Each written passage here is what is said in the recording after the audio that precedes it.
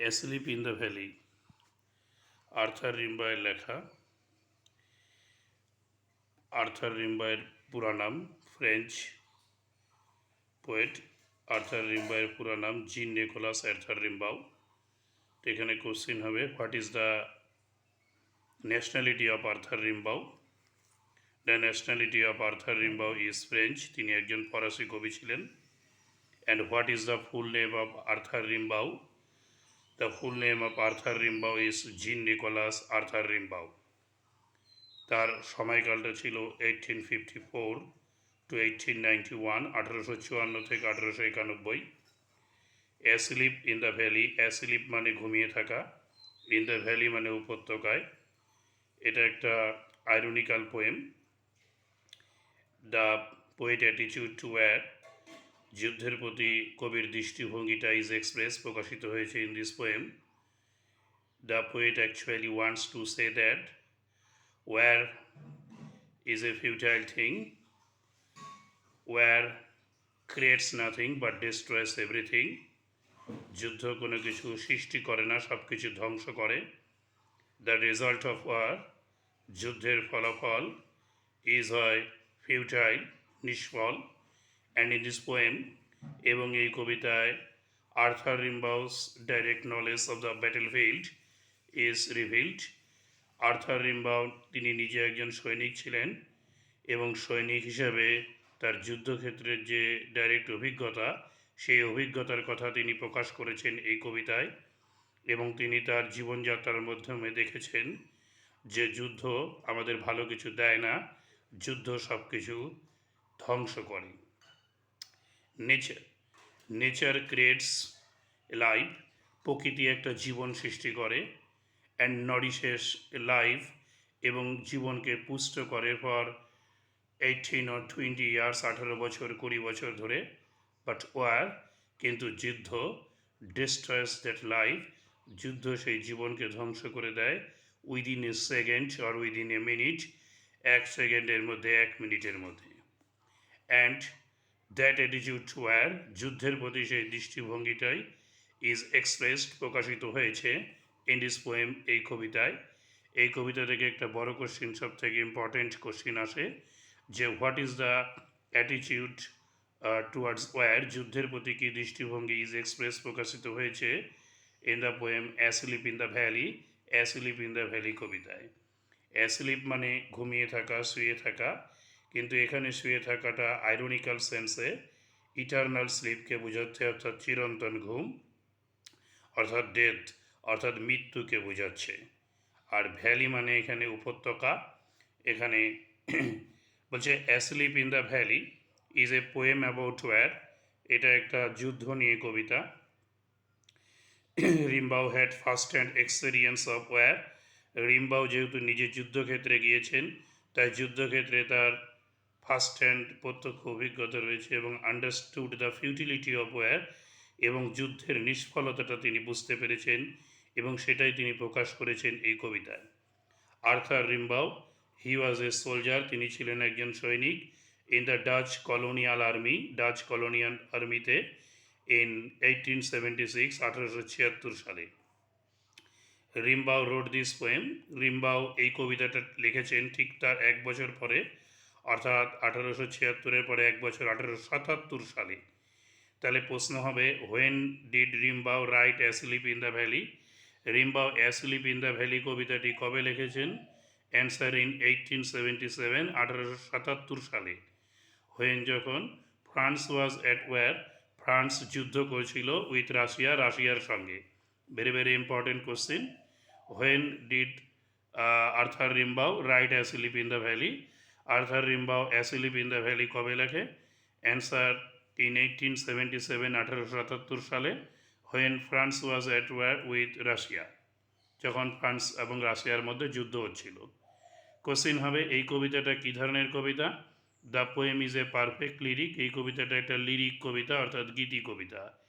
যে কবিতাটা লায়ার, অর্থাৎ লায়ার একটা বাদ্যযন্ত্র, LYRE, সেটার সঙ্গে গাওয়া হয়, সেই কবিতাকে বলা হয় লিরিক, গীতি কবিতা। যেমন রবীন্দ্রনাথ ঠাকুরের প্রতিটি কবিতাই লিরিক, গীতি কবিতা, কারণ রবীন্দ্রনাথ ঠাকুরের প্রত্যেকটা কবিতা আমরা সঙ্গীত হিসাবে পেয়ে থাকি, গান হিসাবে ব্যবহার করে, গান হিসাবে ইউজ হয়। রিম্বাউ এই কবিতাটা লেখার সময় ইউজেস দ্য সনেট ফর্ম, তিনি সনেট ফর্ম ব্যবহার করেছেন। এবং দ্য পোয়েম হ্যাজ, এই কবিতাটার আছে 2 স্ট্যান্জা অফ 4 লাইন, 4 লাইনের 2টা স্ট্যান্জা, অ্যান্ড 2 স্ট্যান্জা অফ 3 লাইন, এবং 3 লাইন করে 2টা স্ট্যান্জা, অর্থাৎ 4 4 8, মানে 8 লাইন আর 6 লাইন। আমরা জানি 8 লাইনের স্ট্যান্জাকে বলা হয় অক্টেভ, আর 6 লাইনের স্ট্যান্জাকে বলা হয় সেস্টেট। তো এই কবিতাটাতেও সেই দুটি ভাগ আছে, অক্টেভ আর সেস্টেট। এবং এই ধরনের সনেটকে বলা হয় ইটালিয়ান সনেট, বা যেহেতু ইটালিয়ান সনেট কবি পেত্রাক লিখেছিল, তাই ইটালিয়ান সনেটের অপর নাম Petrarchan sonnet. Has 2 division, octave and octave consisting of 8 line and a sestet consisting of 6 lines. এবার আমরা কবিতায় যাচ্ছি। এই কবিতায় যেটা দেখানো হয়েছে যে young soldier is a casualty of war, একজন যুবক সৈনিক সে কীভাবে যুদ্ধের শিকার হচ্ছে সেটাই দেখানো হচ্ছে। কিন্তু কবিতার শুরুতে নেচার, যে নেচার আমাদেরকে সৃষ্টি করে, যে নেচার আমাদেরকে ধীরে ধীরে বড় ধীরে ধীরে আমাদেরকে তার পুষ্টি জুগিয়ে গ্রোন আপ ম্যান, একজন বর্ধিতশীল মানুষ করে তোলে, সেই নেচারের ডেসক্রিপশন দেওয়া হয়েছে। এখানে বলেছে এ স্মল গ্রিন ভ্যালি, একটা ছোট্ট সবুজ উপত্যকা, হোয়ার এ স্লো স্টিম ফ্লো, যেখানে ধীর গতি সম্পূর্ণ একটি নদী, পাহাড়ি নদী, স্টিম মানে ছোট নদী, সেটা প্রবাহিত হচ্ছে। প্রশ্ন হবে how is the valley? Answer, the valley is small and green. তাহলে উপত্যকাটা কীরকম ছিল? ছোট এবং সবুজ। আর সেই ছোট সবুজ উপত্যকার মধ্য দিয়ে একটা স্লো স্ট্রিম, ধীর গতি সম্পূর্ণ নদী প্রবাহিত হচ্ছে। উপর থেকে দেখে মনে হচ্ছে lies long stands of silver on the bright grass, উজ্জ্বল ঘাসের মধ্যে একটা লম্বা রূপালী সুতা। আমরা যখন পাহাড়ে যাই, পাহাড়ে যত উপরে উঠে যাই, যে নদীটাকে আমরা পাশে বিশাল আকারে দেখে যাই, উপর থেকে সেই নদীটিকে দেখে মনে হয় যে নদীটি একটি সুতার ন্যায়। কীরকম সুতা? রূপালী সুতা। তাহলে এখানে নদীটাকে কম্পেয়ার করা হয়েছে, তুলনা করা হয়েছে লং স্ট্যান্ড অফ সিলভার, লম্বা রূপালী সুতার ন্যায়, অন দ্য ব্রাইট গ্রাস, উজ্জ্বল ঘাসের মধ্যে। ফ্রম দ্য মাউন্টেন টপ, পাহাড়ের উপর থেকে, স্ট্রিম, স্রোতের মতো প্রবাহিত হচ্ছে দ্য সান রে, সূর্যরশ্মি। তাহলে সূর্যরশ্মি কোথা থেকে পড়ছে? Answer, from the mountain top, পাহাড়ের উপর থেকে। দে ফিল, এবং তারা বলতে এখানে সূর্যরশ্মি, তারা বলতে কি বোঝাচ্ছে? সূর্যরশ্মি। সেই সূর্যরশ্মি ফিল, পূর্ণ করছে দ্য হলো, হলো মানে এখানে ভ্যালি, হলো মানে কি? এখানে ভ্যালি, উপত্যকাকে। সে উপত্যকাকে পূর্ণ করছে ফুল অফ লাইট, আলো দিয়ে। তাহলে কোশ্চিন হচ্ছে এখানে যে how does the stream look like, নদীটিকে কীরকম দেখতে লাগছে? The stream looks like long stand of silver, লম্বা রূপালী সুতোর ন্যায়, on the bright glass.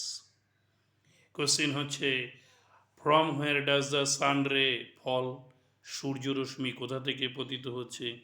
The sun ray fall from the mountain top, পাহাড়ের উপর থেকে পতিত হচ্ছে। কোশ্চিন হচ্ছে হোয়াট ফিল দ্য হলো ফুল অফ লাইট, হলোটাকে কে পূর্ণ করে আলো দিয়ে? অ্যান্সার, দ্য সান রে, সূর্যরশ্মি। কোশ্চিন হচ্ছে হোয়াট ডাজ দ্য হলো রেফার টু, হলো মানে কি? অ্যান্সার, দ্য হলো রেফার্স টু ভ্যালি, উপত্যকাকে বোঝানো হচ্ছে এখানে। হলো বলতে উপত্যকাকে বোঝানো হচ্ছে। এইরকম একটা পরিবেশে, একটা ছোট্ট সবুজ উপত্যকায়, যেখানে একটা ধীর গতি সম্পন্ন নদী প্রবাহিত হচ্ছে, আর পাহাড়ের উপর থেকে সূর্যের আলো পড়ছে, এরকম একটা সুন্দর প্রাকৃতিক পরিবেশে আমরা দেখতে পাই এ সোলজার, একজন সৈনিককে। সৈনিকটা কেমন? ভেরি ইয়ং, খুব যুবক। ভেরি ইয়ং, খুব যুবক, হয়তো তার বয়স 20-21। লাইজ ওপেন মাউথ, সে শুয়ে আছে খোলা মুখে, তার মুখটা খোলা, তার মুখটা খোলা, হা করে ঘুমাচ্ছে। A pillow made of fern beneath his head, এবং তার মাথার নিচে রয়েছে একটি বালিশ। পিলো, বালিশটা কী দিয়ে তৈরি? ফান দিয়ে তৈরি, ফার্ন গাছ দিয়ে তৈরি। প্রকৃতি তাকে, নেচার প্রোভাইডেড দ্যাট সোলজার, প্রকৃতি সেই সৈনিককে প্রদান করেছে একটি বালিশ। কিসের বালিশ? ফার্ন গাছ দিয়ে তৈরি একটি বালিশ। তাহলে কোশ্চেন হবে, how was the soldier? Answer, the soldier was very young. সৈনিকটা কেমন? সৈনিকটা ছিল খুব যুবক। সৈনিকটা কীভাবে ঘুমাচ্ছিল? The soldier lies open mouth, শুয়েছিল খোলা মুখে। What is the pillow made of? বালিশটা কী দিয়ে তৈরি? Answer, the pillow is made of fern, বালিশটা তৈরি ছিল ফান দিয়ে। বিনিথ হিজ হেড, যেটা ছিল তার মাথার নিচে। অ্যাসলিপ, সে ঘুমোচ্ছে। স্ট্রেচ ইন দ্য হেভি আন্ডারগ্রোথ, হাত পা ছড়িয়ে, হাত পা ছড়িয়ে, স্ট্রেচ মানে হাত পা ছড়িয়ে, বিস্তৃত করে। ইন দ্য হেভি আন্ডারগ্রোথ, ঘন জঙ্গলের মধ্যে। আন্ডারগ্রোথ মানে বুশেস অ্যান্ড প্ল্যান্টস, আন্ডারগ্রোথ মানে কি? বুশেস অ্যান্ড প্ল্যান্ট, ঝোপঝাড়। তাহলে সৈনিকের বিছানাটা তৈরি হয়েছে বুশেস অ্যান্ড প্ল্যান্টস, ঝোপঝাড় দিয়ে। সেই ঝোপঝাড়ের মধ্যে সৈনিকটি হাত পা ছড়িয়ে শুয়ে আছে, পেল, বিবর্ণ। তার দেহটি বিবর্ণ হয়ে গেছে। আমরা জানি যখন একজন মানুষ মারা যায় তখন তার দেহটি বিবর্ণ হয়ে যায়। এই পেল কথাটা ইন্ডিকেট করছে the soldier became casualty of war, যে যুদ্ধ শিকার হয়েছে সেই সৈনিকটি। In is warm green sun soak bed, সে শুয়ে আছে উষ্ণ সবুজ সূর্যের আলো শোষিত বিছানায়। সৈনিকটি শুয়ে আছে উষ্ণ সবুজ সূর্যের আলো শোষিত বিছানায়। তাহলে প্রশ্ন, how is the bed of the soldier? সৈনিকের বেডটা কেমন? Answer, the bed of the soldier is warm, সৈনিকের বেডটা ছিল উষ্ণ, সবুজ গ্রিন, অ্যান্ড সানসোক, সূর্যের আলো শোষিত, and it is made of, and it is made of bushes and plants, এটা তৈরি ঝোপঝাড় দিয়ে, আন্ডারগ্রোথ। এরকম পরিস্থিতিতে এরকম বিছানায় সৈনিকটি শুয়ে আছে।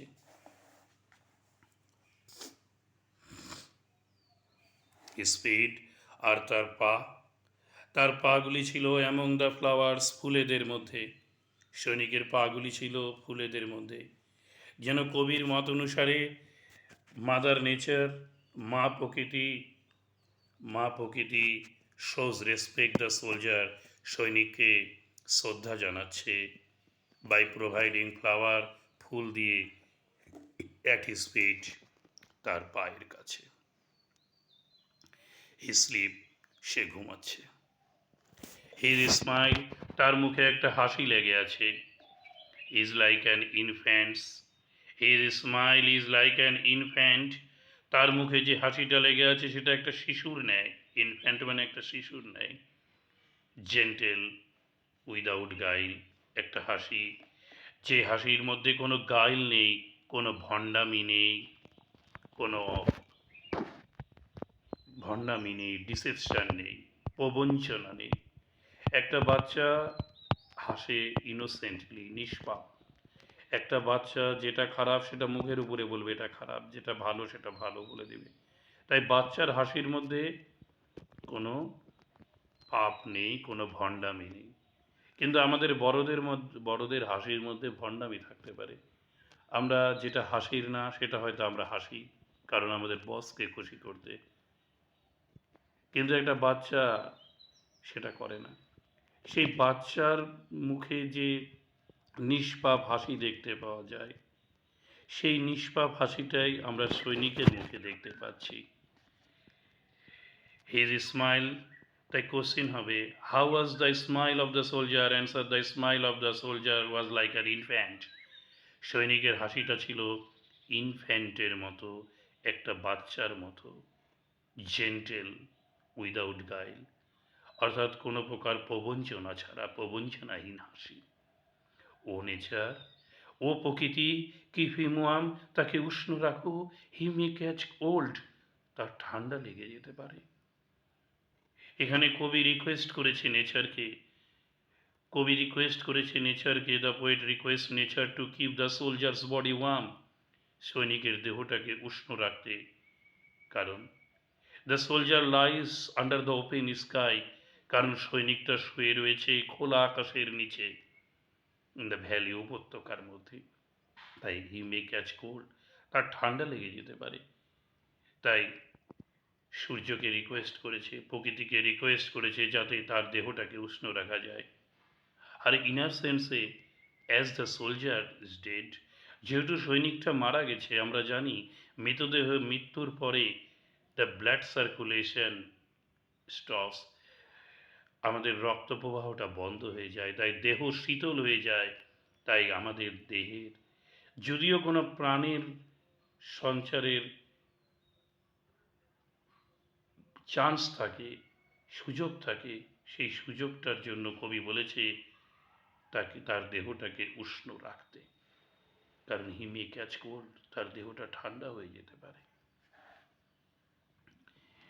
এই অবস্থায় দেখা যাচ্ছে দ্য হামিং ইনসেক্ট, গুঞ্জনরত পতঙ্গদের, উপত্যকায় দেখা যাচ্ছে হামিং, গুঞ্জনরত পতঙ্গদের, কিন্তু সেই গুনগুন করা পতঙ্গরাও do not disturb his rest, সৈনিকের বিশ্রামকে ডিস্টার্ব করতে পারবে না। কেন? সেই সৈনিককে ডিস্টার্ব করতে পারবে না যে সৈনিকটি শুয়ে আছে ইন সানলাইট, সূর্যের আলোতে, one hand on his breast, এবং সৈনিকের একটি হাত আছে তার বুকের উপরে। একটা হাত কোথায়? ব্রেস্ট, তার বুকের উপরে। অ্যাট পিস, সে শান্তিতে ঘুমাচ্ছে, তাকে ডিস্টার্ব করতে পারবে না গুঞ্জনরত পতঙ্গরা। কেন? কারণ ইনি সাইড, তার সাইডে, সৈনিকের সাইডে, দেহের পাশে আমরা দেখতে পাচ্ছি সৈনিকের সাইডে there are two red holes, দুটা লাল গর্ত। This two red hole indicate, এই দুটা লাল গর্ত ইন্ডিকেট করছে বুলেটের আঘাত। That means the soldier died, the soldier was killed, সৈনিকটাকে হত্যা করা হয়েছে ইন দ্য ব্যাটেল ফিল্ড, যুদ্ধক্ষেত্রে। দ্য ব্রুটালিটি অফ ওয়ার, যুদ্ধের পশুসুলভতা, যুদ্ধের নিষ্ঠুরতা, snatches away the young soldier's life, ছিনিয়ে নিয়েছে সেই যুবক সৈনিকের প্রাণ। So the soldier sleeps eternal, তাই সৈনিকটা চিরন্তন ঘুম ঘুমাচ্ছে। নো ইনসেক্ট, তাই কোনো পতঙ্গ তাকে আর ডিস্টার্ব করতে পারবে না।